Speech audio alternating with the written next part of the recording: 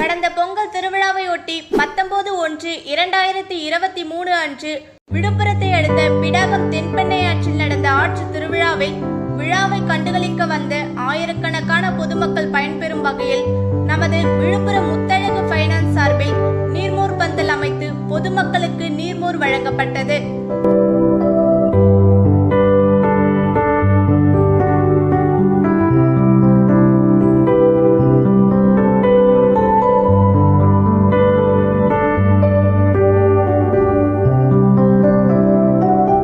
கடும் வெயில் தாக்கத்தில் இருந்த மக்களுக்கு நமது முத்தழகு ஃபைனான்ஸ் அலுவலர்களால் வழங்கப்பட்ட நீர்மோர் பெரும் புத்துணர்ச்சி அளிக்கக்கூடியதாக இருந்தது. என்னென்று மகத்தான மக்கள் சேவையில் உங்கள் விழுப்புரம் முத்தழகு ஃபைனான்ஸ்.